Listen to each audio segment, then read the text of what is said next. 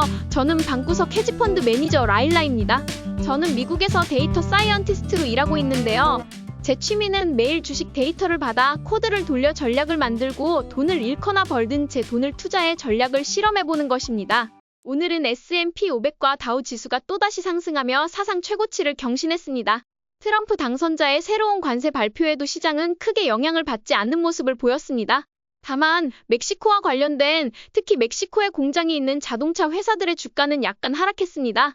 하지만 포드와 GM은 시장의 리더 회사가 아니기 때문에 많은 투자자들이 해당 종목을 매수하지 않았을 것으로 예상됩니다. 오늘도 주요 지수를 분석하며 시장의 방향성을 알아보도록 하겠습니다.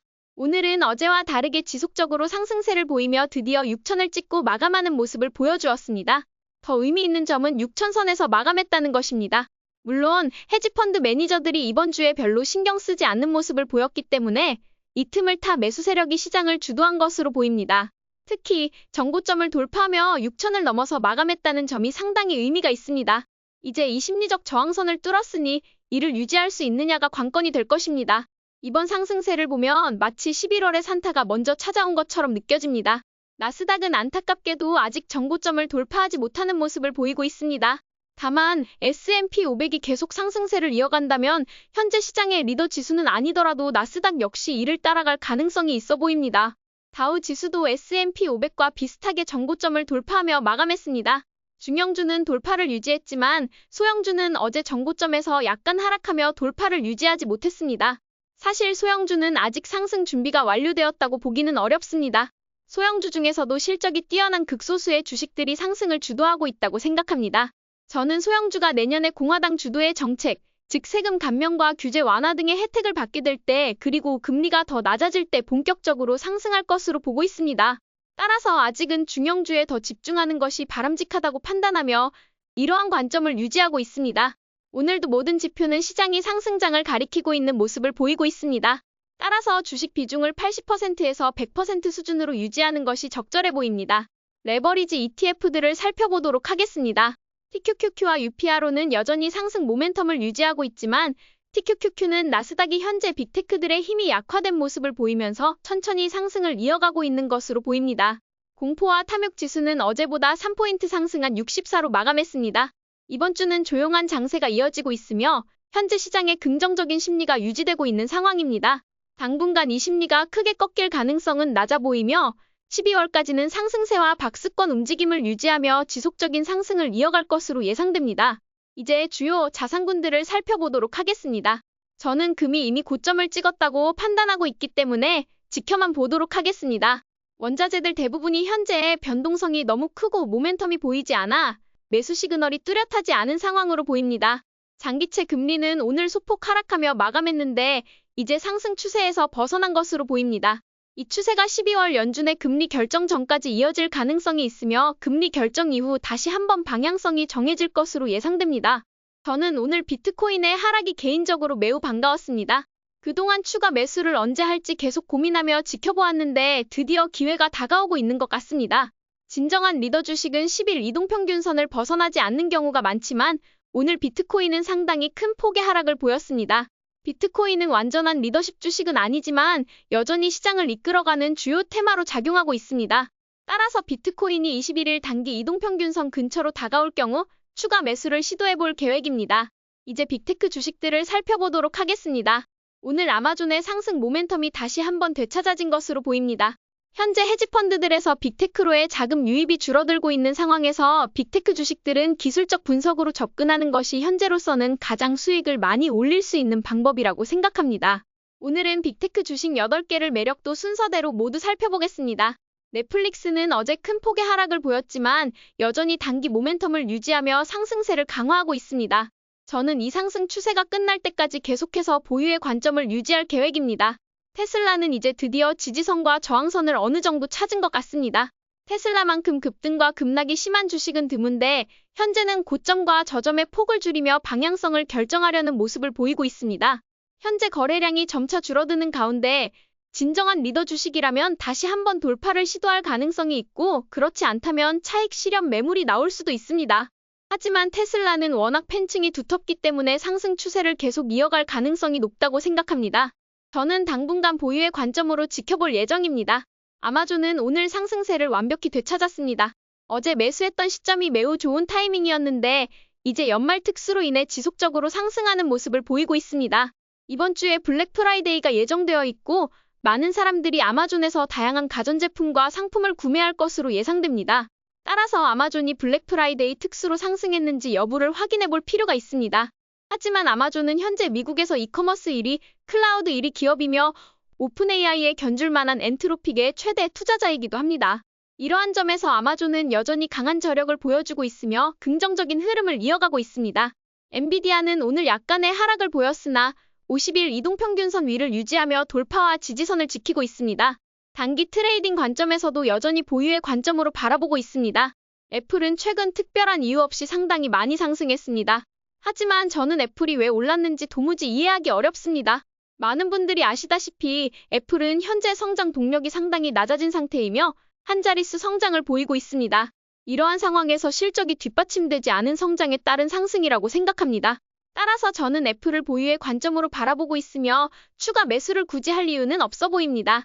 구글은 최근 200일 이동평균선을 터치한 후 다시 한번 반등했습니다. 이를 통해 시장은 여전히 구글을 포기하지 않고 있다는 신호를 보여주고 있습니다. 현재 구글의 주가 하락은 내부적인 실적 부진 때문이 아니라 외부 압력에 의한 것이기 때문에 여전히 보유 관점을 유지하고 있습니다. 메타는 50일 이동평균선이 붕괴되긴 했지만 돌파 당시 형성된 지지선을 유지하며 횡보하고 있습니다.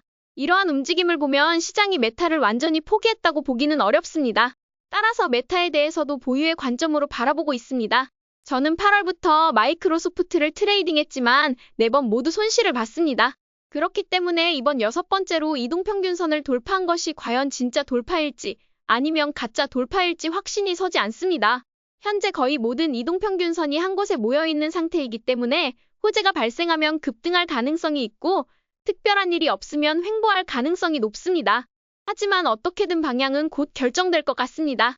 저는 일단 관망하는 자세를 유지하려고 합니다. 이제 섹터와 산업을 살펴보도록 하겠습니다. 이번 주의 특징은 지난 3주 동안 오르지 않았던 필수 소비재, 부동산, 헬스케어 등이 상승세를 보였다는 점입니다. 사실 일반적으로 초기에는 강한 상승 모멘텀을 주도하는 리더 주식이나 섹터가 먼저 상승하고 몇 주 후 자금이 돌고 돌아 상대적으로 뒤처진 섹터들이 상승하는 경향이 있습니다. 하지만 이러한 섹터들이 뒤처진 이유를 반드시 이해해야 하며 이러한 섹터에 투자할 때는 매우 신중한 접근이 필요하다고 생각합니다.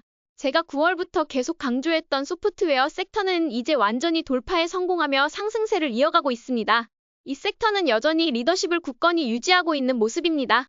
오늘의 분석에서는 비트코인과 관련 주식들의 추가 매수 기회가 언제일지에 대해 살펴보도록 하겠습니다.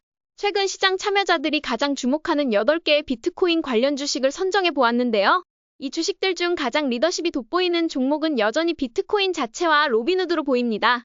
12월 21일 마이크로스트래터지가 엄청난 급등 후 급락하며 최고점을 기록했던 날 이후 현재는 하락을 거듭하고 있는 모습입니다.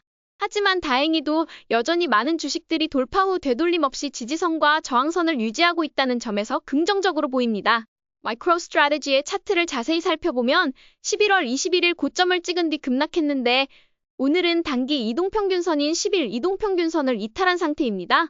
이로 인해 현재 리더 주식으로 보이진 않으며 이 지점에서 얼마나 반등할 수 있을지가 중요한 관건입니다.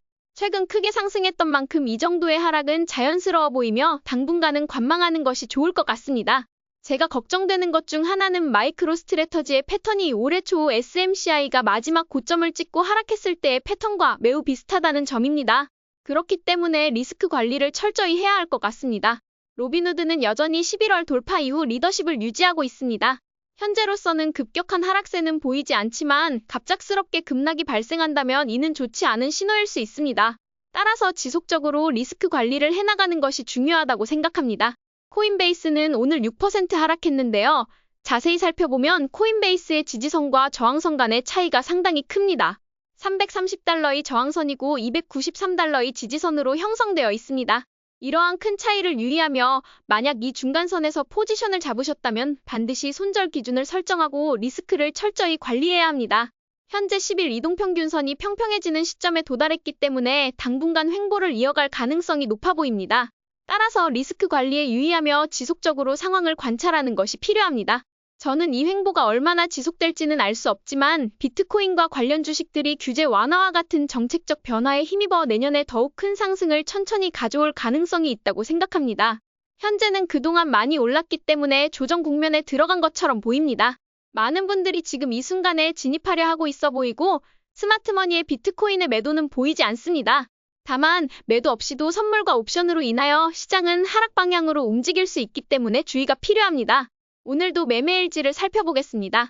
레버리지 ETF들은 여전히 보유하고 있으며 오늘 저는 내일부터 휴가를 맞아 그동안 크게 오르지 않았고 힘도 없어 보이는 주식 4개의 포지션 중 50%를 수익 실현 차원에서 매도했습니다. 적립식 투자와 배당금 투자는 오늘도 이어졌습니다. 휴가 중에도 자동으로 지속될 예정입니다.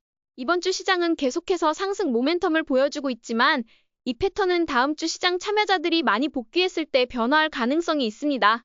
이번 주는 전체적으로 조용한 분위기 속에서 쉬어가는 장세를 보이고 있으며 특히 리더 주식들이 쉬어가는 모습과 함께 차익 실현이 많이 이루어지고 있습니다. 그동안 상승하지 않았던 섹터들이 오르는 모습도 계속해서 관찰되고 있는데 이 점은 특히 주의해야 합니다. 왜냐하면 시장 참여자들이 다시 돌아왔을 때 이러한 주식들이 매도되고 리더 주식들이 다시 급등할 가능성이 있기 때문입니다.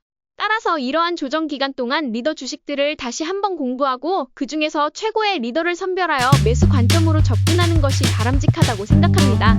오늘도 저희 전략이 재미있으셨다면 좋아요와 구독 버튼 눌러주세요. 지금까지 방구석 헤지펀드 매니저 라일라였습니다. 감사합니다.